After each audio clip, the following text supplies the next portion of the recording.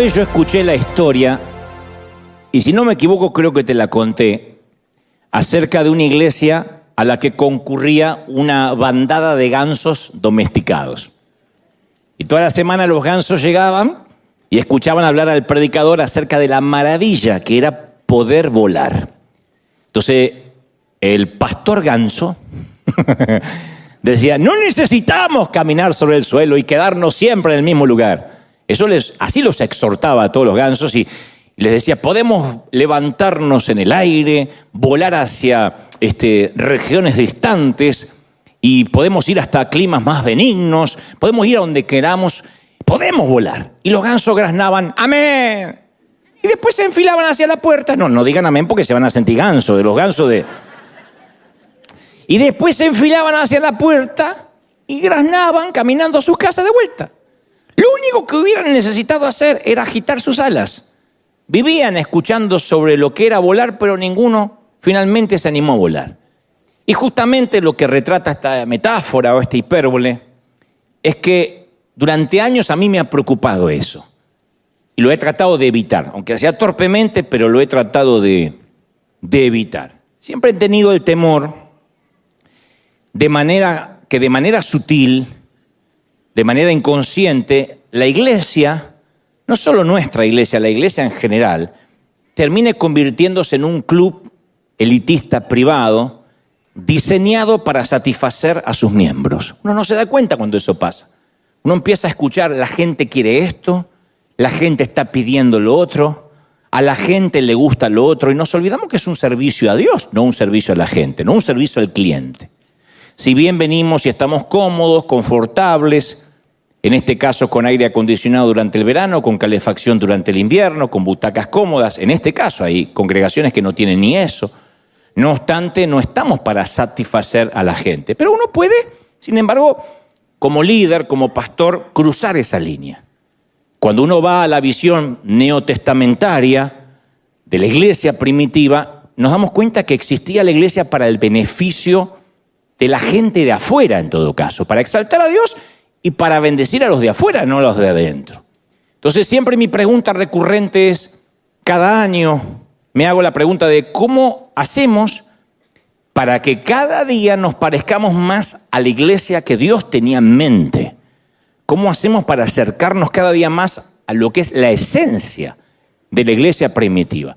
Con las lógicas distancias culturales.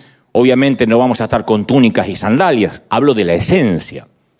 Y en todos estos años de ministerio, de llamado, me he dado cuenta que hay un patrón que se repite a través de los años. Toda iglesia comienza con una visión noble, siempre.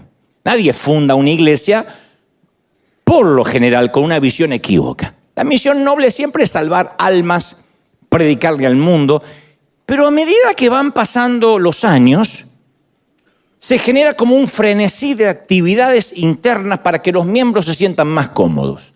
Entonces está el pedido, los solteros quieren reunirse. No está mal, no digo que sea un pecado, por favor. Los niños necesitan su sitio, los preadolescentes no quieren juntarse con los adolescentes, los solteros no quieren juntarse con los solterones y viceversa. Los solteros de 20 no es lo mismo que el soltero de 40 porque buscan distintas cosas. Las suegras se quieren juntar y les damos un sótano, bueno, lo que sea. Y como los gansos de nuestra historia, terminamos a lo mejor predicando de que vamos a volar y vamos a predicarle al mundo, pero todo el mundo sigue caminando y nada cambia. Entonces la explicación de esta tendencia a volverse un club, que yo la he vivido mucho como evangelista, recorriendo muchas congregaciones durante muchos años, es que en algún momento de este peregrinar cristiano nos olvidamos que fuimos llamados a servir al mundo. Parece algo infantil, pero se nos olvida. Parece algo trivial, pueril, pero se nos olvida que fuimos llamados a servir. Y es ahí cuando nos convertimos en una simple institución humana. Cuando nos olvidamos del servicio, terminamos siendo una institución humana más, una fundación más. Y entonces la esencia de lo que Dios quería para la iglesia se empieza a desvanecer. Entonces con el correr de los años pueden suceder dos cosas, a saber, porque ambas son muy graves, son dos patologías gravísimas. Una es, o nos volvemos hipersensibles, no sensibles, hiper, macro, ultra, mega, archisensibles al dolor ajeno, o desarrollamos callos emocionales y no nos importa nada. Yo dije que ambas son graves porque los hipersensibles al sufrimiento ajeno a veces sucumben ante el dolor. Y ya no pueden ser de bendición para nadie, porque todo les afecta, se llevan todas las cargas a su casa, a su hogar, y terminan cargando una cruz que no les pertenece. Otros, en su defecto, desarrollan una callosidad que hace que su llamado se parezca a un trabajo más. Vienen a la iglesia a servir como un trabajo más, en el mejor de los casos a servir. Otros vienen nada más a pasar 2 horas. Tampoco son de bendición para nadie, porque etimológicamente son religiosos, no sirven, no afectan, no salan donde hay sinsabor, no iluminan donde hay oscuridad. Entonces, ninguno de estos dos grupos, insisto, los hipersensibles y los que desarrollan callos, ninguno permanece mucho tiempo en el ministerio, ni logra sostenerse en el tiempo. Dicho esto, yo voy a darte un ejemplo práctico. Yo tengo una deformidad ya a esta altura ósea y muscular en los dedos de mi mano derecha. Es una mano que por una cuestión casi inconsciente siempre trato de ocultar. Si estoy dando una entrevista o lo que sea, siempre trato de mostrar menos la mano. Acá me olvido, acá estamos en tanta confianza. Bueno, no te contaría si tuviera hemorroides, pero la mano se me olvida. Tuve un accidente a los 16 años en una máquina de la carpintería de mi padre, algo que se llama cepilladora. No tenía que haber manejado maquinarias a los 16 años, pero ese es otro tema. Entonces, primero sufrí el corte de los dedos. Y luego que me operaron, me los injertaron, se desarrolló una ampolla, o sea, una almohadilla líquida temporaria que me producía dolor. Junto con la cicatrización se desarrolló una ampolla. Y con el correr del tiempo, mis dedos produjeron una modificación más permanente compuesta con una gruesa capa de queratina más dura, o sea, etimológicamente un callo, lo que conocemos como un callo. Eso es queratina, callo. Y esos callos en mi mano derecha hicieron que se me quitara el dolor, pero también me quitaron parte de la sensibilidad. Así que me es más difícil dibujar, digo esto porque siempre fui dibujante, me es más difícil dibujar después del accidente que antes. Tuve que hacer muchas prácticas con un baloncito, con una pelotita. Pensé que nunca iba a poder volver a tomar un lápiz, soy diestro, de manera que tuve casi que aprender a dibujar de vuelta. Descubrí que el saber dibujar estaba en mi cerebro, no en la mano. Entonces tuve que enseñarle a la mano a dibujar otra vez. Lo mismo que para la mecanografía. Tuve que empezar a tener cierta elasticidad que la perdí. Y la perdí definitivamente. No puedo manejar la mano como la mayoría la podría manejar. A propósito de esto, hay un cirujano y científico muy famoso, Paul Brand, que es el pionero en el tratamiento, por ejemplo, de la lepra. Fue el pionero. Y él relató en cierta ocasión que mientras cursaba la escuela de medicina, pasó un verano navegando en una pequeña embarcación. Y durante la primera semana, al tironear las sogas para izar las velas, las puntas de sus dedos quedaron tan llagadas que sangraban y por las noches no podía dormir del dolor. Pero a finales de la segunda semana se le comenzaron a formar gruesos callos en los dedos, como me pasó a mí. Y ya no tuvo más dolor porque los callos lo protegían. Pero 2 meses después, cuando regresó a la escuela de medicina, descubrió que había perdido la habilidad para realizar disecciones. O sea, la callosidad había vuelto sus dedos menos sensibles y apenas podía sentir los instrumentos quirúrgicos. Él era médico o estudiante de medicina. Y pensó que había arruinado su carrera como cirujano por un par de semanas en un bote. Sin embargo, él cuenta que los callos gradualmente fueron desapareciendo y de a poco retornó su sensibilidad. Y él culmina concluyendo y dice, el cuerpo humano tiene esa particularidad, ese extraño poder de adaptación a las necesidades cambiantes para cada temporada. Se adapta. Mis dedos pensé que jamás volvería ni siquiera a cerrar el puño, pero se adapta. Los músculos, aún ciertos huesos suelen adaptarse. Y esto que nos dice Brand da una perspectiva muy útil respecto al ministerio, al llamado de la iglesia, porque muchas veces necesitamos tener la habilidad de un cirujano para restaurar las almas de los hombres, y requiere eso mucha más sensibilidad que reparar cuerpos humanos. Yo digo siempre, si a mí me quitaran el humor, que Dios sabe que yo no me vengo con chistes aprendidos, yo no soy un contador de chistes, pero el repentismo o algo que se me ocurre, lo hago en lo adrede de la oratoria, porque eso para mí significa la anestesia. Si lo que yo digo le quitara esos momentos de risa, de que uno se puede distender, sería muy duro a veces el mensaje. Sería como extraerte una muela sin la anestesia. La anestesia hace que yo te diga, Dios te bendiga, eres un carnal. Soy un carnal. Entonces, uno se ríe y entra más rápido la palabra. Lo bueno, lo malo y lo más duro, ¿no? Entonces, ser un cirujano de almas, tratar con alguien, predicarle a nuestro vecino, hablarle a nuestro jefe, a nuestros compañeros de la escuela, requiere una precisión quirúrgica. Estamos tratando con almas. Pero en otras ocasiones, los que servimos, a veces necesitamos también una capa de callosidad para que las cargas no nos abrumen, para que las cargas no sean más grandes de las que podamos llevar. Hay un maravilloso libro que alguna vez mencioné que se llama Llora o Llora, Lágrimas Saladas, de un británico llamado Paul Gorman. Él detalla la experiencia de servir en pabellones de niños con enfermedades terminales. Y entre otras cosas, el autor relata y dice, al principio la idea era animarlos un poquito, pero sin proponérmelo me fui transformando en un payaso, dice el autor. Porque primero alguien me dijo, para que los chicos te presten atención, ponte esta nariz roja de goma. Luego comencé a ponerme un maquillaje básico, después conseguí un traje de payaso amarillo, rojo y verde, y finalmente un payaso que se retiraba y que quería que sus pies, mejor dicho, sigan caminando, me regaló unos zapatos blancos de 80 centímetros de largo, con la puntera y los talones verdes.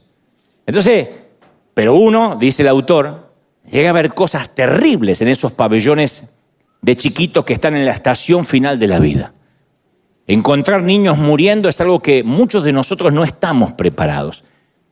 Alguien adulto, alguien anciano, es como que de alguna forma el inconsciente nos prepara para eso. Pero nadie nos enseña a este tipo de sufrimiento. Cuando nos encontramos con nenes chiquitos que tienen leucemia, la cabecita calva, dice el autor, ¿qué podemos hacer? Porque el propio niño, los padres y quienes torpemente tratamos de ayudar, a veces estamos conscientes que el niño se está muriendo. Porque hay algunos que están en terapia y con la esperanza de que la metástasis se detenga, y otros ya están esperando la muerte. De modo que, dice el autor, aún disfrazado de payaso, yo servía con el corazón partido. Y el autor agrega algo que a mí me impactó, dice, yo tuve la idea de recorrer las camas con baldes de palomitas de maíz. Entonces, cuando un niño llora, lo que yo hago es tocar sus lágrimas con una palomita de maíz y la pongo en mi boca o en la de él. Y entonces nos sentamos juntos y jugamos a comernos las lágrimas. Entonces, entre lágrimas el niño se empieza a reír. Y todos los niños me empiezan a conocer como el payaso come lágrimas. Cuando yo leía la historia me impactó, porque cuando Gorman relata esto, yo pensaba que quienes tenemos el llamado a servir, y todos lo tenemos, acá no hay nadie que diga yo no sirvo, todos, a veces también tenemos que comernos lágrimas ajenas. Tengo una sobrina, mi sobrina mayor, se llama Andrea, es una enfermera, y durante la pandemia ella relataba que no daba abasto para atender a tantos pacientes que se sentían solos, asustados. El COVID estaba en su pico más alto, y ella hacía lo que podía durante el día, pero cuando caía la tarde, ella y otros enfermeros, incluso médicos, se ponían a llorar de impotencia. A veces se tiraban en los pasillos, en los corredores del hospital a llorar. Porque todos los días moría mucha gente y ella se sentía frustrada, los empezaba a conocer y apenas los conocía decía, no pasó la noche, hay que entubarlo, etc. Y cierta vez, durante pleno 2020, escribió algo en su perfil que decía, hacemos lo que podemos, pero a veces considero la idea de tener que renunciar, porque a mí me cuesta manejar tanto dolor. Estoy llorando mucho. Una enfermera. Quizá en algún momento ella sintió que no era suficientemente profesional, digo. Pero yo recuerdo que al leer sus palabras pensé, es extrañamente maravilloso que una servidora de hospital aún tenga la sensibilidad de derramar lágrimas por desconocidos. Yo digo, ¿quién podría atenderlos mejor que alguien que está dispuesta a llorar por ellos? En caso de que fuéramos nosotros los pacientes, ¿qué preferiríamos? ¿Un médico, una enfermera que llorara con nosotros o un frío profesional? Que diga, bueno, se va a morir, quedamos que necesitamos la cama. A veces son tan fríos, son tan profesionales, que nos sentimos literalmente solos en medio de una multitud de rostros. Y yo decía, qué bueno en este caso que esta muchacha puede llorar por desconocido. ¿Qué regalo le da a esa gente? La pregunta obligada es, ¿esto de comerse lágrimas de otros hace algún bien? La pregunta es, ¿sirve de algo? ¿Sirve de algo exponerse al dolor de los demás? Y mi respuesta es categórica, claro que sirve. Claro que sirve. Nunca va a dejar de ser algo extravagantemente maravilloso colocarse, metafóricamente, una nariz de goma roja, meterse en unos zapatones enormes para llevar risas a un pabellón repleto de niños con leucemia. Y más asombroso es si ese payaso se queda a comer palomitas de maíz bañadas en lágrimas. Digo, eso es algo que seguramente los papás de esos niños van a agradecer profundamente, además, obviamente, del paciente. Yo hace poco leí un libro que se llama, hace un par de años, un libro que se llama El sanador herido. Es un librito pequeño que describe la vida de las personas abandonadas y solas que no tienen quien las amen. Y entonces el autor cuenta acerca de un joven pastor que no tenía nada que ofrecerle a un viejecito que tenía que enfrentar una cirugía, excepto lo que le podía ofrecer era su auténtica preocupación porque el viejito estaba solo. No tenía hijos, no tenía nietos, y el viejito estaba dispuesto a morir, estaba entregado. Y este autor dice, ningún hombre puede mantenerse vivo cuando sabe que nadie lo está esperando. ¿Para qué vivir? Cualquiera que regresa de un viaje difícil busca encontrar a alguien que lo espera en la estación o en la terminal para contarle su infortunio, lo que pasó. Todos necesitamos contar nuestras historias tristes con alguien, todos. Todos necesitamos que alguien se quede en casa esperando nuestro regreso si tuvimos una jornada triste. Como dice un querido amigo mío, tengo un querido cura amigo, un monje benedictino llamado Menapace, que tiene su fundación allí en Los Toldos, en Buenos Aires. Él suele decir, las alegrías cuando se comparten se agrandan. ¿Quién mira un partido de fútbol solo y grita un gol solo? Algún fanático. Pero los argentinos nos gusta así, ¡oh! Perdimos 6-0, pero somos campeones morales. Nos gusta eso. Porque las alegrías se comparten y se agrandan. Las penas, cuando se comparten, se achican. Cuando uno se escucha hablar lo que le pasó, uno dice, pues no es tan grave. Y el otro dice, no te preocupes. A veces lo que necesitamos es un abrazo.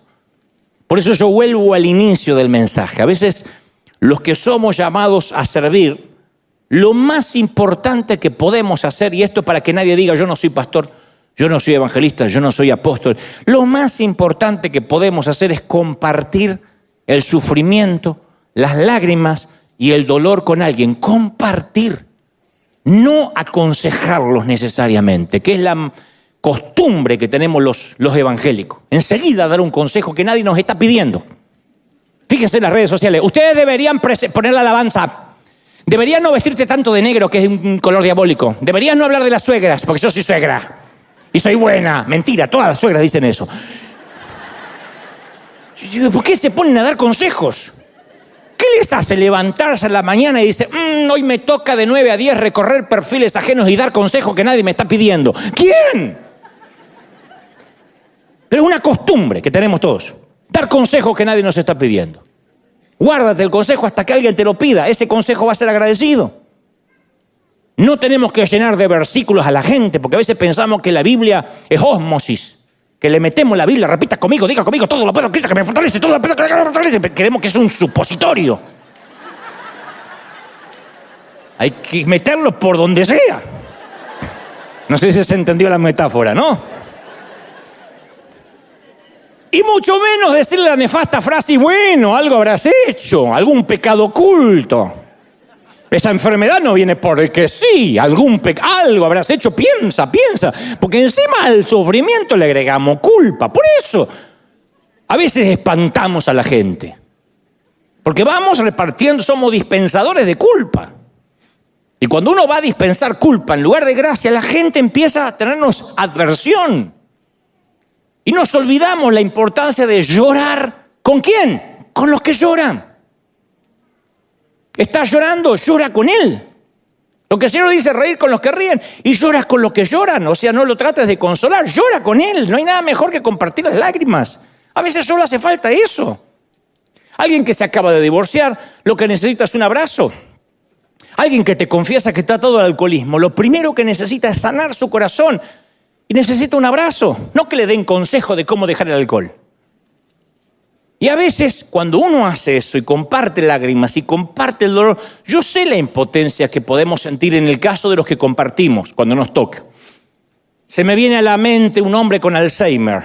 Mi mamá lo tuvo. Y su hija tratando de suplir sus necesidades, pero cada día se le rompe el corazón al ver el cascarón vacío que queda de lo que alguna vez fue su padre. Es espantoso. Es espantoso. A mí me tocó visitar a mi mamá y ver una cáscara vacía, ver una señora diciendo frases sin sentido, mirando la nada. Es feo cuando el cuerpo sobrevive a la mente. Recuerdo a un niño severamente discapacitado con un cociente intelectual casi nulo. Y los médicos dicen, el nene puede vivir una larga vida, recostado en una cuna, sin movimiento alguno, imposibilitado de hablar, haciéndose encima, teniendo que comer, siempre darle la comer en la boca. Y su madre dedica todo el día a atenderlo, a contenerlo y a amarlo. Y la pregunta dura que nos hacemos es, ¿qué sentido tiene comernos ese tipo de lágrimas? La pregunta más dura aún es, ¿para qué ayudar y sufrir cuando esa gente ni se entera a veces que estamos ahí? Una cosa cuando uno da a alguien que te lo puede agradecer. Y aquellos que están confinados al lado de una cama con alguien que está en estado de coma, con alguien que lo único que necesita es que estemos ahí, y a veces ni se da cuenta que estamos ahí. Esa misma pregunta se la formuló un pediatra alemán que dedicó su vida a chicos con severas discapacidades motrices y mentales, con severas deficiencias. Y cada vez que él reclutaba aspirantes para ayudar lo que aplicaban, les daba un largo periodo, un año casi, de capacitación en el centro de asistencia donde él trabajaba, y después de un año les hacía completar una encuesta antes de contratarlos definitivamente. Y entre las preguntas de la encuesta estaba, ¿qué cambio sucedió en tu vida desde que te comprometiste a trabajar con gente discapacitada? Y las respuestas eran de este tenor, decían, por primera vez en mi vida, siento que estoy haciendo algo realmente significativo. Otro decía, ahora tengo una mejor respuesta al sufrimiento humano y eso hace que brote en mí algo que no conocía, el deseo de ayudar. Ha hecho que me cuestione, dijo alguien más, las cosas importantes de la vida. Ya no me preocupo por estupideces. Yo siempre digo, muéstrame una persona que vive haciendo escandaletes y escenas por babosadas y estupideces y te voy a mostrar a alguien que nunca tuvo un problema realmente serio. Muéstrame una mujer, un hombre que atravesó un cáncer, que atravesó la metástasis, que atravesó, no sé, la diabetes crónica, y te voy a mostrar a una persona que encuentra la manera de alegrarse en el Señor, de sobreponerse, la resiliencia que hay en esa persona. Después está el otro, el histérico o la histérica que hace un problema por una copa que se rompe, por un trancón en el tránsito, porque la suegra lo quiso besar. Y cualquiera de esas cosas, lo último es entendible, pero cualquiera de esas cosas habla falta de problemas de verdad. Alguien más de estos aspirantes puso en la encuesta, yo me he vuelto más tolerante. Todo aquello por lo cual me preocupaba ahora me parece insignificante después de estar todo el día atendiendo a alguien con una discapacidad. Entonces las limitaciones de estos chiquitos le enseñaban a estos voluntarios lecciones de vida, prioridades.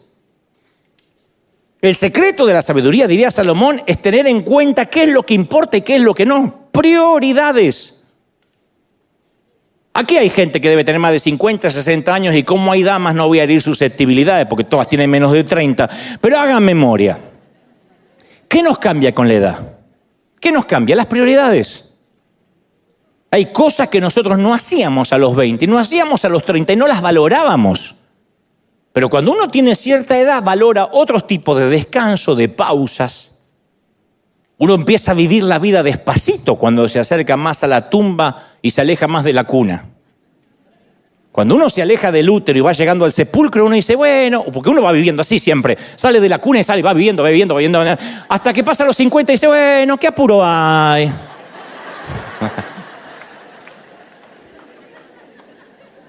Y vamos viviendo despacito, tomando la vida a sorbos, ¿no? Veíamos antes a nuestros padres tomar una copita de vino o quedarse mirando el amanecer y decíamos, qué manera de perder tiempo. Y de un tiempo hasta la fecha, nosotros nos vemos a nosotros mirando las gallinas y decimos, ¿qué me pasó? ¿Qué cambió? Las prioridades. Cuando uno cambia las prioridades, es algo que ninguna universidad te lo puede enseñar. ¿Qué cambia las prioridades? Un hospital. Una temporada en el hospital. Si no es nosotros encima de la cama de hierro, tras un biombo, al menos, mínimo, visitando un hospital. Un panteón, ni te cuento. Yo recomendaría que todos una vez a la semana fuéramos a un panteón. No necesariamente al sobrevivir a alguien, sino para ver las tumbas. A mí me choquea. Hace poco, la última vez que fui a un panteón, fui al cementerio de la Catedral de Cristal y vi un montón de lápidas de orientales, de hispanos, a juzgar por el nombre, ¿no? Anglos. Y entre todas las lápidas, como una lápida discreta más, estaba la de Robert Schuller, quien construyó ese imperio de la Crystal Cathedral. Estaba ahí. La misma tumba que el chino que chocaba su auto todos los días. El mismo guión en el medio, separando la fecha de nacimiento y la de deceso.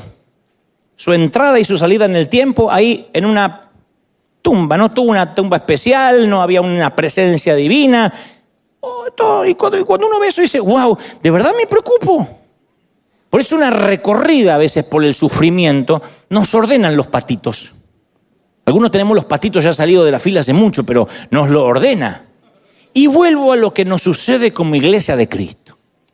Tenemos la tendencia de querer cambiar a la gente, pero nos olvidamos el efecto que nos produce a nosotros el hecho de servir a la gente.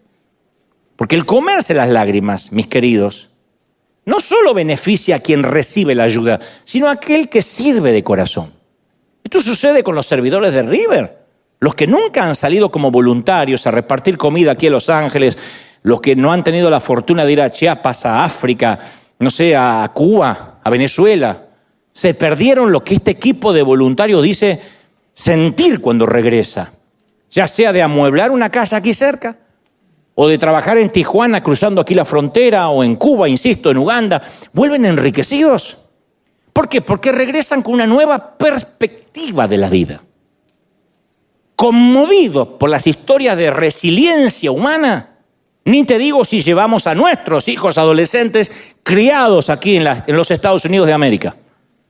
Porque nosotros somos los padres culposos que venimos la mayoría de la pobreza, de la escasez, de hacer que hasta el papel higiénico dure. Y entonces queremos que nuestros hijos de acá no sufran eso, lo cual es noble. Pero entonces estos son los hijos que después creen que la vida les debe algo. Y se deprimen y se frustran porque no hay wifi. No puedo comer en esta restaurante, no hay wifi, no hay clave. Y no puede comer una hamburguesa 2 minutos porque no hay clave. Porque no puede ver las bobadas que ve en Instagram. Y entonces se frustra. Y nosotros, para que no se frustre, llevamos al nene donde hay banda ancha, para que pueda conectarse, para que el nene no se desconecte. Y se frustra si salió un nuevo celular y no lo tiene porque no puede respirar. Y respira en una bolsa porque le falta el celular. Entonces su umbral de frustración es así. Nosotros, acuérdense, ¿quién de nosotros nos aburríamos? Los de mi generación. ¿Quién podía decir siquiera estoy aburrido? ¿Qué decía nuestro padre? ¡Ah! ¿Está aburrido, señor? Venga que yo le saco el aburrimiento. póngase a cortar el pasto, limpia la habitación. Nunca decía, estoy aburrido. ¿Qué íbamos a estar aburridos si estábamos viviendo la vida? No, me voy a la calle a vivir la vida, me trepo un árbol. Nunca voy a decir que estoy aburrido. ¿Y cuál es la frase de nuestros hijos? Estoy aburrido. Tienen una pantalla plana así con Netflix, Hulu, HBO, Amazon Prime, Disney Plus. Y no te dicen, no hay nada para ver. Nosotros somos del tiempo en que la tele terminaba y empezaba, ¿se acuerda? Prendía y había un indio, era la señal de ajuste. Y el indio se iba al mediodía y empezaba el noticiero. Y esperábamos los dibujos animados del Tony Jerry a las 5 de la tarde. Y después la tele se terminaba. Y era una tele que era patrimonio del viejo. Después de las 8 de la noche vos no veías más. ¿Y quién se murió? ¿Quién está traumado? Bueno, no contesten porque... Bueno, a esos hijos, a nuestros hijos le hace falta el experimento, la experiencia, no el experimento, saludable de compartir lágrimas. Y cuando una iglesia deja de hacer eso, se estanca, deja de crecer. Ahí empiezan las actividades internas. Hagamos algo divertido para que vengan los solteros. Necesitamos los viernes reuniones de jóvenes con karaoke, café y música para que vengan. Porque como no estamos enfocados en el sufrimiento ajeno, hay que entretener a los de adentro. Y ahí es cuando se cruza la línea. Y por supuesto, cuando toda la fuerza que debería, la energía, debería usarse para afuera, se usa internamente, en vez de explotar, implosionamos. Y ahí empieza el chisme. Ahí empieza el chismerío, y que esta me dijo, y fíjate lo que se puso, y fíjate cómo se viste. Porque claro, es como dijo una vez Luis Palau, la iglesia es como el estiércol. Desparramado, hace crecer fruto en toda la tierra. Junto, es un olor espantoso. Y Jesús proveyó un modelo para la misión de la iglesia. Entonces, mientras los discípulos debatían quién era el más grande, Jesús toma un cubo de agua y comienza a lavar pies. Juan 13:35 dice, y les he puesto como ejemplo para que hagan lo mismo que yo he hecho con ustedes. Esto lo estoy haciendo como ejemplo. Yo sé de dónde vengo y sé de dónde voy. No se me caen los anillos por hacer esto. Ese es el único sello que identifica una iglesia de verdad. La capacidad de amar y de servir al prójimo. Porque una iglesia hoy en día puede funcionar rápido con un hábil hombre de negocios al frente. Con algo de marketing, buena música, 2, 3 frases de coach que se aprendió por ahí. Dígale que está a su lado, repita conmigo, dile que está a su lado, cuánto tan felices, gloria al Señor, bendito sea el Cordero, dígale que está a su lado, ahora volteate a 2 y dile que está feliz, dile que está feliz, dile que está feliz, que está feliz. Y la iglesia funciona. Y encima ponen plata. Pero la pregunta de fondo es, ¿con qué finalidad funciona? Entonces, si no desarrollamos una empatía con el dolor, lo único que vamos a hacer es venir los domingos a la iglesia de por vida, pero de lunes a sábado damos la vuelta a la cara en la luz de un semáforo porque decimos, no, ¿para qué le voy a dar si seguro se lo gasta en alcohol? No, si este chiquito seguro lo mandan a pedir para la droga. Y podemos saltear, levantar el pie así, sobre el prójimo que está tirado, y en lugar de ser el buen samaritano, somos los otros que seguimos de largo. Pero no podemos darle la espalda al sufrimiento ajeno, porque las personas sin techo, o los que sufren en un hospital, fueron hechos a imagen de Dios. Entonces deberíamos servirlas como si ellas fueran Jesús. Y nosotros decimos, no me importa que Jesús esté internado. No me importa que Jesús esté preso. Me importa un cuerno. Yo vengo a la iglesia a pasar un lindo rato. Pablo le dijo a los filipenses, la actitud de ustedes debe ser como la de Cristo Jesús, que se rebajó voluntariamente, tomando la naturaleza de un esclavo, de un siervo. Por eso, lo medular del mensaje de hoy es esto. Quiero dedicar especialmente esta parte a los queridos líderes, a los queridos pastores, que yo sé que nos miran cada semana. Hay ocasiones que uno está muy sensible al dolor ajeno y puede ocurrir algo que no teníamos previsto. Por ejemplo, de pronto nos encontramos gente, y esto le pasa a muchos líderes, a la que alimentamos espiritualmente durante muchos años, y de pronto comienza a levantar rumores, falsos rumores, difamaciones. Y está bien, bienaventurado cuando hablen mal de ti mintiendo, pero caramba que duele. Somos de carne y hueso, ¿no? Ninguno anda con el espíritu suelto acá. o personas que a veces nos admiraban o decían amarnos, que comían a nuestro lado, un día se van de la iglesia tratando de dividirla. Un querido pastor que estuvo aquí la semana pasada, el querido Ítalo Frigoli, que tuvo durante años su iglesia en Canarias, ahora tiene una gran iglesia en Chile. Él dijo, mi congregación sufrió 9 divisiones. Y cada uno trató de reclutar gente y todos tenían el mismo patrón. Llamaban por teléfono a todos los que podían para decirle, huyan por sus vidas, vengan conmigo, yo voy a fundar una iglesia que predique la verdadera santidad. Pero este pastor me decía, no, en realidad la base de una división nunca es la búsqueda de una santidad, sino los celos, el ego, la envidia. Hay gente que no lo ve. Si la base fuera la búsqueda de la santidad, jamás nadie lastimaría a la iglesia de Cristo y nunca hablaría mal de hombres de Dios, así ese hombre de Dios esté haciendo un despadre. Para no tocar la madre de nadie, un despadre. Si la motivación viniese de Dios, no trataría nadie de competir o fundar una iglesia llevándose fruto ajeno, sino que iría a donde nadie va a predicar. Mira, en tal lado nadie está predicando, ahí voy. Pero entonces cuando vemos estos actos de ingratitud y traición, lo hablábamos con este pastor, la sensibilidad, que alguna vez fue nuestra mayor fortaleza, se convierte ahora en nuestra enemiga porque nos duele. Y los que servimos de pronto entramos en una zona peligrosa. Préstame atención porque nunca antes había hablado de esto. Ahí es cuando muchos de los que servimos, por comernos demasiadas lágrimas, podemos llegar a envenenarnos con sal. Hay a veces que servimos y la gente es ingrata. ¿Por qué sé que es ingrata? Porque tú eres ingrato y yo soy ingrato. Porque no dice, ay, la gente es ingrata, como que uno bajó de Neptuno. Somos ingratos. Y esa ingratitud nos lastima. Esa es la odisea de los siervos heridos. Entonces, ¿cómo podemos evitar que quienes servimos no quedemos mortalmente heridos? Hay gente que llega acá al café a maltratar a las chicas. Otros van al bookstore a maltratar a las chicas y los chicos que están ahí. Y son creyentes. Yo los entiendo, este es un hospital del alma, entonces hay gente que toda la semana tienen un jefe que les grita, un marido que las maltrata, y vienen acá y dicen, ¡oh! Hay ovejas para maltratar, y se desquitan.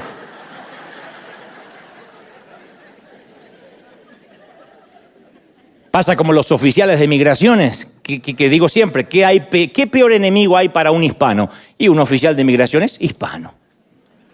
Porque toda su bronca y todo su odio solapado y su odio visceral lo descarga con un uniforme, con una placa.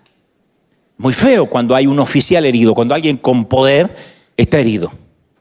Ni hablar de presidentes, de jefes de gobierno, de policías, servidores públicos que porque tienen una placa y una pistola maltratan. Si no está emocionalmente sano, va a lastimar. Puesto de otra forma, ¿cómo podemos dedicarnos a aliviar el dolor de la gente sin dañarnos a nosotros mismos? O para seguir la misma metáfora de los callos, ¿cómo sabemos cuando a veces se hace falta un callo, un buen callo, para seguir adelante sin resentimiento? A veces uno tiene que olvidarse de hacer un callo. Así como la sensibilidad es un don, a veces un callo es un don. Porque para izar una vela se necesita un callo. Para operar quirúrgicamente se necesita sensibilidad. Y para ambos el cuerpo sabe responder si le damos tiempo. Lo mismo el ministerio. Hay veces que necesitamos un callo, si no, no se puede servir. Hay gente que no te va a agradecer, hay gente que todo lo que hagas, el único que lo va a ver es Dios, menos mal, pero duele. Yo durante los últimos años he aprendido a discernir alarmas o síntomas que nos advierten los peligros de transformarnos en gente herida en el altar, en el servicio, donde sea. No podemos servir siendo heridos, porque vamos a salpicar con sangre. Y una de las alarmas que a mí siempre reviso periódicamente es, ¿me estoy preocupando más por el sufrimiento ajeno de lo que se preocupa esa persona por sí misma? Cuidado. Porque a veces lo que termina agotando y quebrando la salud de un querido pastor o de un servidor es un sentido abrumador de responsabilidad personal, una cruz que no debe llevar. La iglesia no es mía, la iglesia no es de nadie, la iglesia no es tuya. La iglesia es de Cristo. Hay algunos torpes capitanes en el timón de alguna nave, pero eso no nos hace que el barco sea nuestro. Pero a veces sentimos que la iglesia, la ciudad, la nación, el universo descansa sobre nuestros hombros. Yo sé que hay consiervos que se levantan a la mañana y dicen, ¿qué haremos esta mañana, Pinky? Conquistaremos el mundo.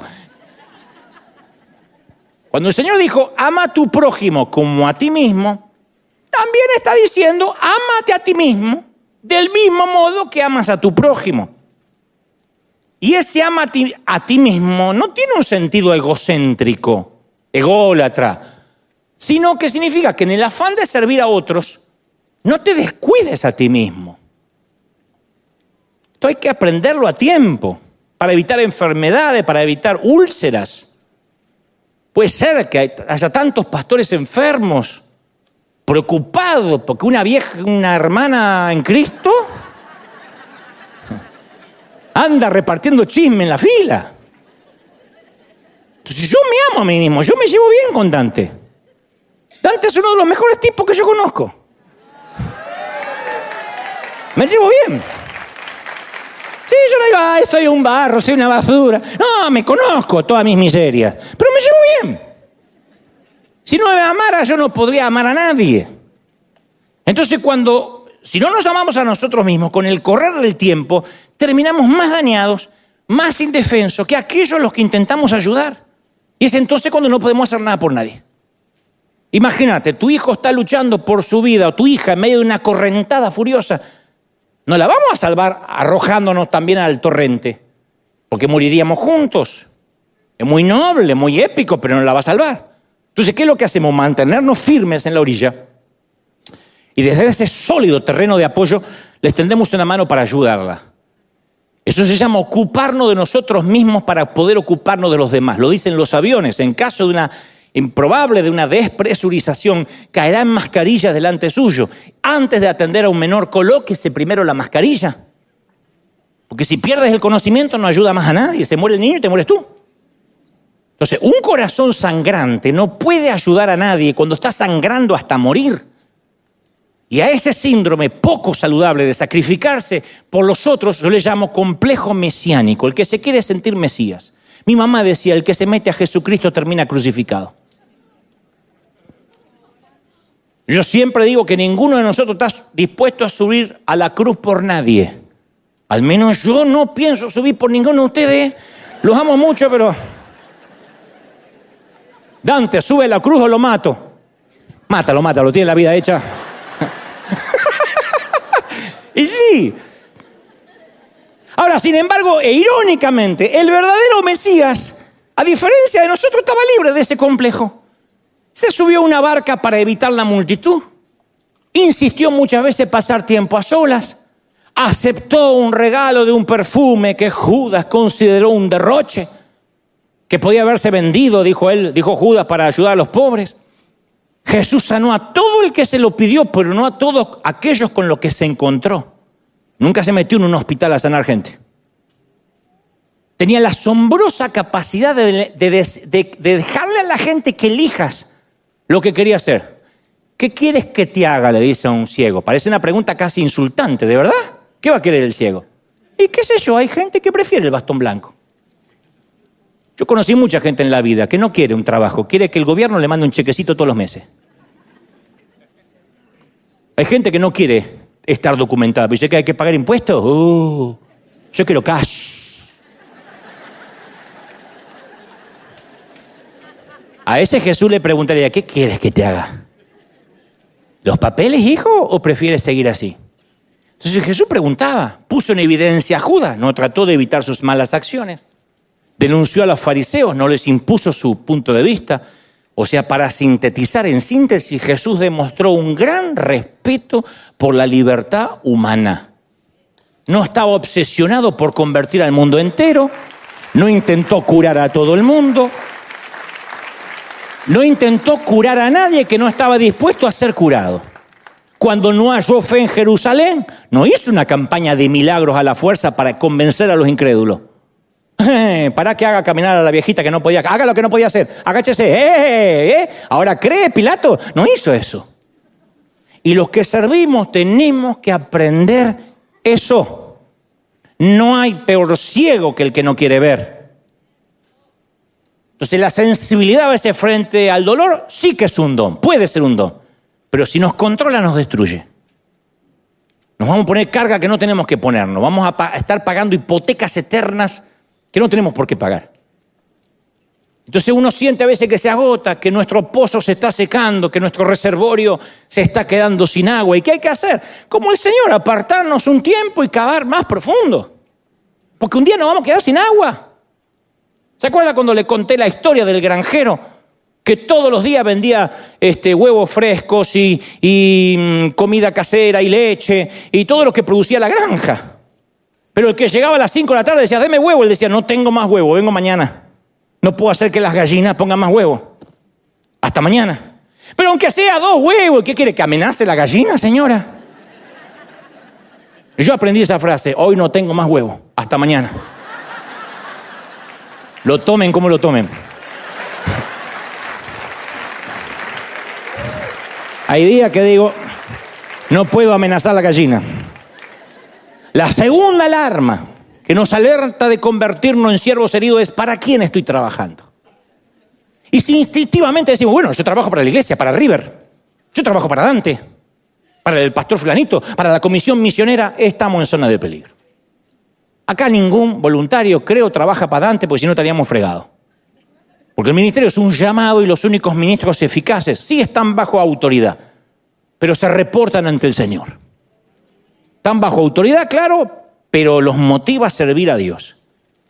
Cada vez que yo leo acerca de Calcuta, la India, es un lugar que convive con la pobreza y la muerte. Nosotros estamos enviando mucha ayuda a la India. Pero en Calcuta están las monjas de la orden de la Madre Teresa, que siguen sirviendo a la gente más pobre del planeta, cuerpos medio muertos que recogen de las calles de Calcuta. Y el mundo queda admirado por la dedicación de estas hermanas. Pero hay algo en estas monjas que impresiona mucho. Todos los que han ido dicen, impresiona mucho esto, la serenidad, la calma.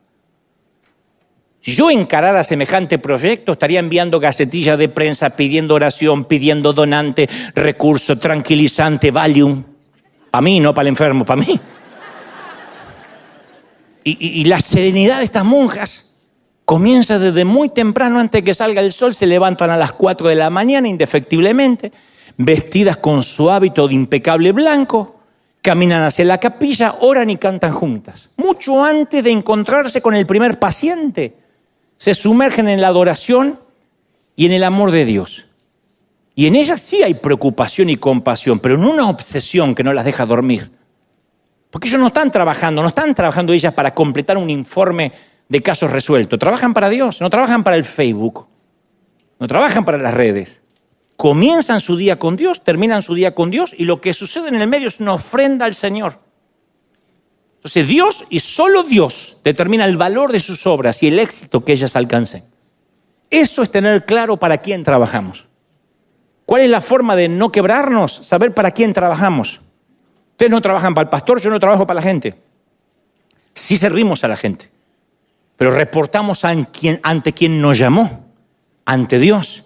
Y si hay un servidor en River que se está cansando, que cada domingo dice, otra vez me toca ponerme el traje de ujier o el traje de seguridad, o tengo que ir a atender a los niños, es hora de cavar más profundo, detenerse, nadie te va a juzgar. Necesito un tiempo y buscar en mi reservorio más agua. Porque si sigues herido vas a lastimar y vas a maltratar. Y aquí tratamos con gente rota, acá tratamos con almas. Y bajo ningún punto de vista vamos a permitir a un médico maltratador o a un enfermero maltratador. Cuando sientes que tu amor se va encogiendo, es hora, como Jesús, de retirarte y estar a sola con Dios para recordar para quién trabajabas, por qué lo hacías y por qué estás sirviendo. Esa es una de las principales cosas que tenemos que tener clara. ¿Sí o no? Y finalmente, la tercera alarma que nos alerta de convertirnos en siervos heridos es, ¿estoy confundiendo a Dios con la vida? Te voy a contar una historia real, muy real. Un 26 de abril de 1986 explotó un reactor en una central nuclear que era dominio en aquel entonces de la Unión Soviética, actualmente el norte de Ucrania. Y esa explosión se propagó hizo que se propagara una nube radioactiva y casi 8.4 millones de personas en 3 países, en ese caso Bielorrusia, Ucrania y la Federación de Rusia, fueron expuestas a la radiación. Entonces fue liberada una nube de dióxido de uranio, carburo de boro, óxido de europio, herbio, circonio y grafito en un área de 150.000 kilómetros cuadrados. Lo ocultó al principio, en aquel entonces, la cortina de hierro. Pero la tragedia de Chernobyl, que en ruso significa vida negra, se hizo mundialmente famosa. Significa vida negra, no viuda negra, vida negra, perdón. Valga el fallido también. Entonces el balance humano de la catástrofe aún es tema de debate, no se sabe en cuánto, pero las estimaciones oscilan entre 30.000 y 100.000 muertos por año. Entonces, en 1992, una familia argentina, oriunda de un estado de Argentina, de una provincia llamada Córdoba, los Sosa, se instalan en Minsk, a 350 kilómetros de la zona del desastre, conscientes del hongo radiactivo, de la letalidad del virus, de los efectos de la contaminación. Y allí va don Eduardo, su esposa Edith, sus hijos Jimena, Federico y Sebastián y Eduardo. Y Sebastián. Eduardo es el papá. Eduardo, que es pastor, además es médico gastroenterólogo, o sea, un profesional, fue a misionar durante 5 años a Bielorrusia, un lugar radioactivo, con su esposa Edith. Y sus hijos, que en ese entonces tenían 12, 13 y 16 años respectivamente, decidieron servir. Tuvieron que firmar un papel ante la ley siendo niños que estaban dispuestos a ir, que no estaban siendo secuestrados. Y los Sosa eran financiados por donaciones, por alimentos, de promesas, de víveres que a veces llegaban, a veces no llegaban. Los Sosa estaban en Bielorrusia para hacer lo mismo que hacían en su país, servir, porque ellos no empezaron a servir allá, servían en Argentina. Los 5 iban a visitar hospitales, orfanatos, hogares. Recorrían hospitales donde había pabellones enteros de niños con cáncer de tiroides, enfermedades en la sangre. Entonces lo que podían hacer, insisto, como hoy les conté de este querido autor, se vestían de payaso, cantaban canciones, distribuían golosinas, títeres, juguetes, cumplían funciones espirituales y clínicas. Los Sosa se dedicaron por 5 años a comer lágrimas.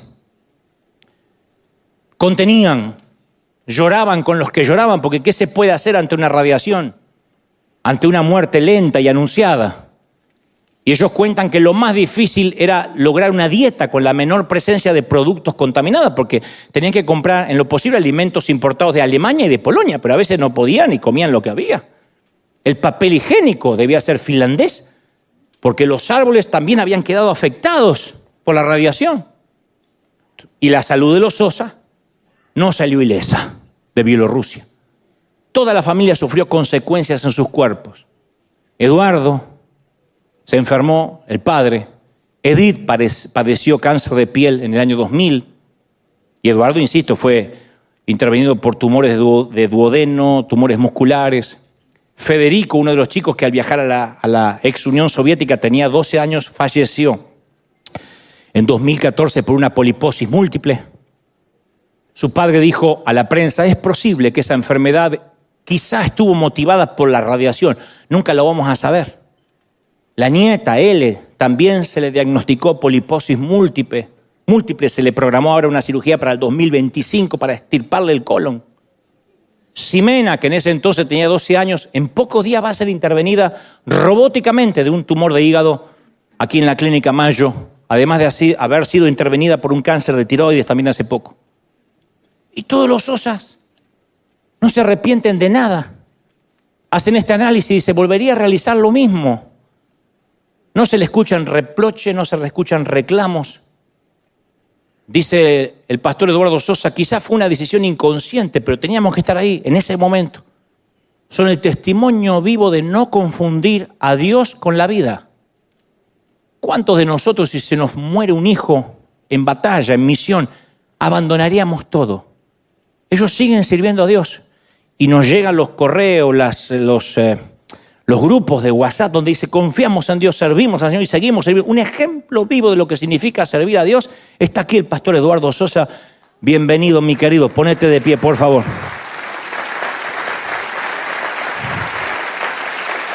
Ponete de pie que te queremos saludar con un aplauso grandioso.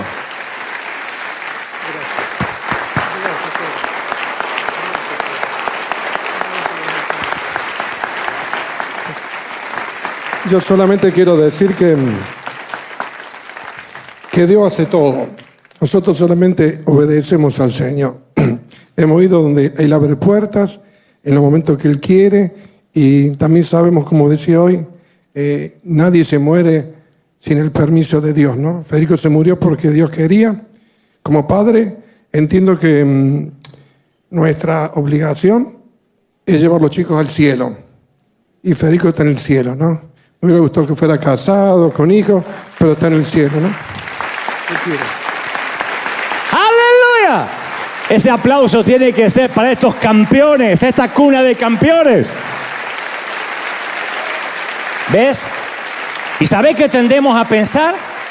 La vida tendría que ser justa porque Dios es justo. Pero si desarrollamos una relación con Dios como Lalo, Eduardo, basada en Dios y separada de las circunstancias de la vida, entonces tomamos a Dios por encima de una realidad que a veces golpea duro. Uno aprende a confiar en Dios a pesar de las injusticias de la vida.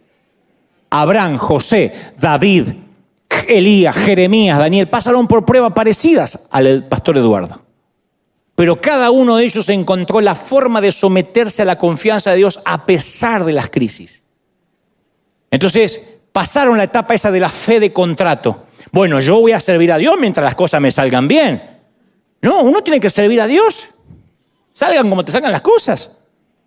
Porque a veces quienes servimos a Dios somos tan torpes que cometemos el error de creemos que firmamos un contrato unilateral con Dios. Nosotros lo firmamos, Dios no. Pero creemos que es válido. Que porque estoy sirviendo merezco un trato especial. Yo he visto a creyentes enojarse con Dios porque estacionaron su auto para visitar a un enfermo en el hospital y a la vuelta encontraron una multa en el parabrisas. ¿Cómo puede ser que Dios permita una multa cuando sabe que lo estoy sirviendo? ¿Y por qué no? Y yo he conocido a otros misioneros que se han enfermado ellos, incluso han muerto por servir a Dios. ¿Qué teología nos explica ese tipo de situaciones? No confundir a Dios con la vida. En el mundo, en la vida, tendréis ¿qué? Aflicción. Pégalo en la nevera. Es una promesa. Y cuando nos surge en duda hay que regresar a ese capítulo de Pablo, el famoso Romanos 8, el versículo 28. Ahora bien sabemos que Dios dispone todas las cosas para el bien de quienes lo aman. Pero mis ojos siempre saltan al versículo, a los versículos más adelante en el capítulo. ¿Quién nos apartará del amor de Cristo? La tribulación, la angustia, la persecución, el hambre, la indigencia, el peligro, la violencia, el COVID. El apóstol había aprendido a mirar más allá de las dificultades de la vida, sabiendo que Dios iba a prevalecer. Y después dice, estoy convencido que ni la muerte, ni la vida, ni los ángeles, ni los demonios, ni lo presente, ni lo porvenir, ni los poderes, ni lo alto, ni lo profundo, ni ninguna otra cosa en la creación podrá apartarnos del amor de Dios que se ha manifestado en Cristo Jesús, Señor nuestro. ¡Aleluya! Eso nos ayuda a superar el desaliento. La vida se va a poner peor, claro que sí, es una promesa de Dios. Dijo, levantaos, erguíos la cabeza cuando estas cosas ocurran y sabed que el fin se acerca, pero aún todavía no, se acerca. Entonces yo oro para que cada día podamos visualizar nuestro trabajo como las hermanas de la Orden de la Madre Teresa, nuestro trabajo como una ofrenda a Dios. Solo Dios va a ayudarnos a caminar por ese sendero entre la hipersensibilidad y los callos. Nadie está diciendo que los que servimos somos perfectos, o que la iglesia lo sea. Intentamos cumplir aquello que Dios nos delegó. Y todo padre conoce los riesgos de delegar. Las tristezas y las alegrías que acarrea delegar. Pero ¿quieres un hijo sano? Delega. Un niño que está dando sus primeros pasos tiene que caerse varias veces. Hasta ahora nadie descubrió otra manera para empezar a caminar. Rompiéndose la jeta varias veces. Si no, no camina. Y si la iglesia nos decepciona, es precisamente, ¿sabes por qué la iglesia decepciona mucho? Porque está compuesta con seres humanos. Porque somos un organismo vivo. Ese es el riesgo que Dios decidió correr al delegar en nosotros el mensaje de Cristo. Y todavía hay gente que entra a las iglesias buscando perfección, ¿de verdad? O no comprende la naturaleza del riesgo que Dios corrió o no entiende la naturaleza de la humanidad. Porque lo que Dios tenía en mente cuando pensó en la iglesia era un grupo de gente rota, intentando amar y servir, payasos, comiéndose las lágrimas ajenas. Es todo lo que Dios dijo, le voy a dejar en vez de a los ángeles a estos. Yo recuerdo un pastor, y con esto culmino, que vivía en una comunidad muy conocida por su falta de sofisticación cultural, campesinos. Y la orquesta improvisada de la escuela secundaria, donde asistía a su hijo, cada año intentaba tocar la 9ª sinfonía de Beethoven, que es una de las más complejas del compositor. Y el pastor solía decir, mira, cada vez que estos chicos tocan, creo que hacen retorcer el cadáver de Beethoven en la tumba, aunque el tipo murió sordo. Así que un día, harto de escuchar los torpes intentos de los alumnos del high school por ejecutar la sinfonía, encara al profesor y dice, ¿pero para qué coloca sobre los hombros de estos muchachos la terrible carga de interpretar algo que el inmortal Beethoven tenía en la mente? Ni siquiera, mira que te digo, ni siquiera la Orquesta Sinfónica de Londres logra esta perfección. Y la respuesta del profesor lo dejó atónito. Le dijo, yo no lo hago por los alumnos. Estos pibes, estos muchachos, estos chamacos, ni en sueño van a tocar a la perfección la 5ª sinfonía de Beethoven.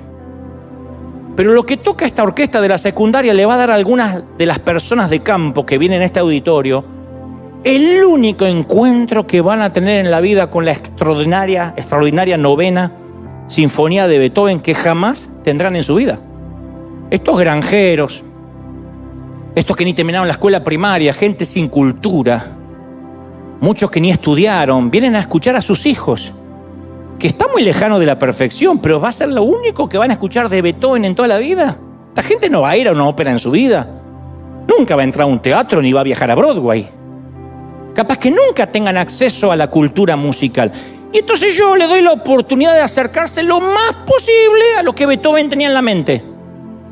Y nosotros como iglesia nunca vamos a lograr lo que el autor tenía en la mente, pero somos los únicos que hacemos sonar la música del cielo en la tierra como sea. Ya por sí solo como solistas somos un desastre. Ninguno de los predicadores que tú criticas, que yo critico, fueron elegidos por la capacidad, por la santidad, por el talento. Somos instrumentos a veces desafinados que Dios usa. Y cada uno a nuestra manera hacemos el intento de acercar la melodía que Dios tenía en mente a la gente. La iglesia, sus predicadores, sus servidores, somos los torpes músicos intentando interpretar lo que Cristo escribió con sangre en la partitura. Pero estas iglesias imperfectas, incluyendo a pastores más imperfectos, es el noble intento del gran profesor de hacer la melodía perfecta. Es tesoro, es su tesoro en vasos de barro. Eso somos. ¿Pudo haber delegado su partitura en ángeles? Y claro. Pero eso nos recuerda que la iglesia perfecta no existe. Porque tanto el pastor como su gente está compuesta por gente como tú. Y como te digo siempre, no exijas perfección en ninguna parte si tú tampoco la puedes ofrecer. ¿O hay alguno aquí que en vez de Uber bajó de un carro del cielo? Si no puedes ofrecer perfección, no andes por la vida exigiéndola. Entonces nunca nos avergoncemos de ser extravagantemente maravillosos. Aunque en la vida nos tengamos a veces que poner una nariz de goma roja y unos zapatones enormes.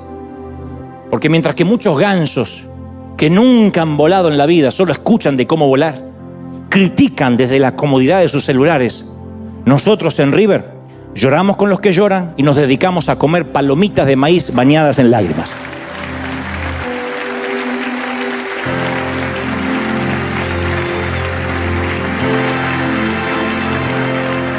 Dale un aplauso grande al Rey de Reyes. Vamos, celebra al Rey de Reyes y al Señor de Señores.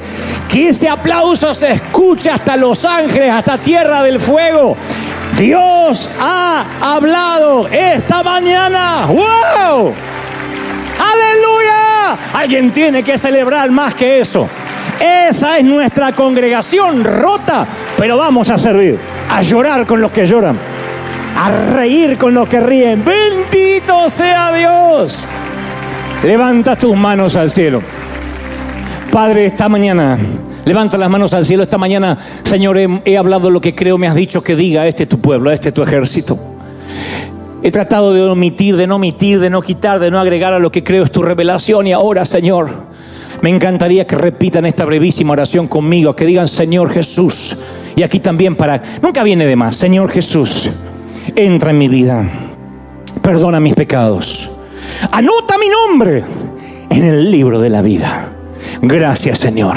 Ahora todos levanten las manos al cielo y comiencen a clamar. Los que sepan orar, los que sepan hablar, los que tienen el don del Espíritu, abran la boca para que el Espíritu la llene como deba llenarla.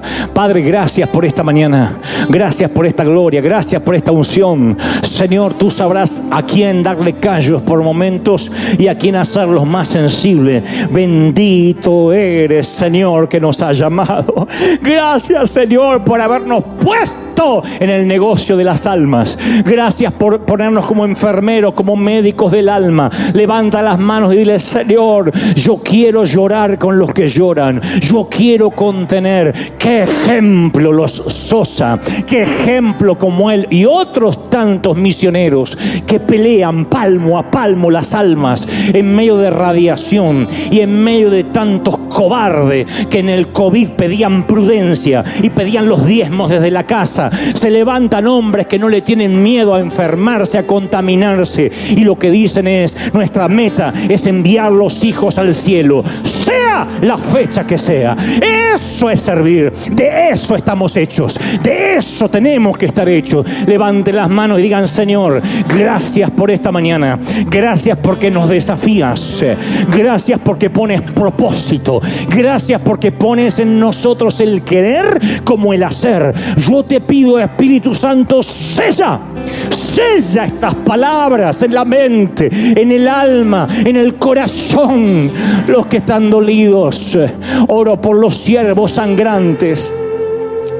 Hay tantos heridos, tratando de rescatar a otros heridos en una misión imposible. Y el Señor me dice: consiervo, es tiempo de recargar tus baterías, es tiempo de buscar en tu reservorio agua fresca. Es tiempo de no refritar más y buscar aceite, de subir al monte por madera que Dios te dé.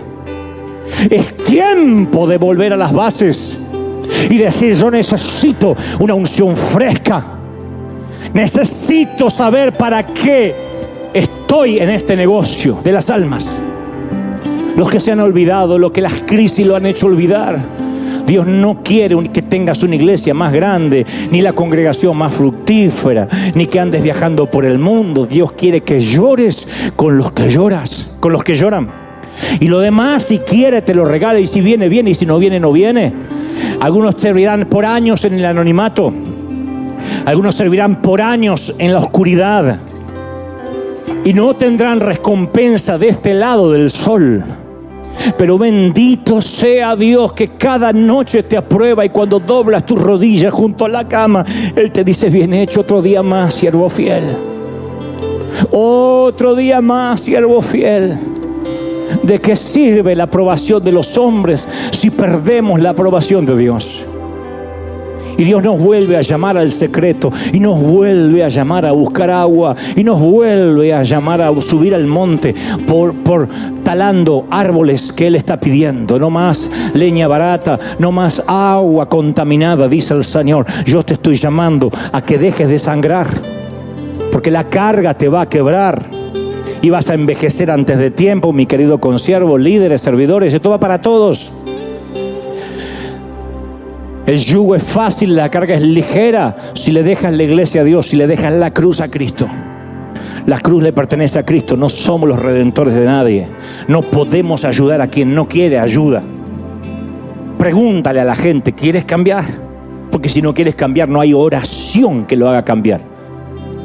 A algunos les va a incomodar su teología, pero yo cada día me convenzo más de eso. No hay oración que cambie a alguien que no quiere cambiar. A menos que esté endemoniado y que no pueda dominarse a sí mismo, no hay quien pueda cambiar a quien no puede cambiar. Y Dios dice, necesito que entiendas que hay una carga que no te pertenece. La carga es fácil, el yugo es liviano, y si te está quebrando la espalda, si te estás enfermando anímicamente, es porque hay una carga que no te pertenece. Pero a otros el Señor le dice, cuidado, porque hay callos que han permanecido ahí, por eso no has podido operar quirúrgicamente a nadie, porque eres tosco para hablar, tosco para tocar, porque tus dedos están agarrotados de izar velas, y las tormentas en medio del océano te hicieron torpe para elementos quirúrgicos. Por eso lastimas en tus mensajes, por eso lastimas a la gente en vez de bendecir. Y no es sana doctrina, no es poder de Dios, no es que eres un profeta, eres porque lastimas, porque tienes callos. Y si no recuperas la sensibilidad, Dios te va a quitar de ahí, así como te puso. Nadie es dueño de nada. Dios apaga los oxígenos, Dios cierra los pulmotores y se acaba nuestro tiempo de este lado del sol. Entonces Dios te está diciendo hoy, es tiempo de caminar en esa cornisa del Señor, diciendo, Señor, heme aquí, hazme sensible y hazme duro conforme tú quieras, para lo que sea. Padre, gracias por esta mañana. Gracias por esta tu gente, gracias por este tu pueblo. He hablado lo que me has dicho que diga, bendícelos, multiplícalos.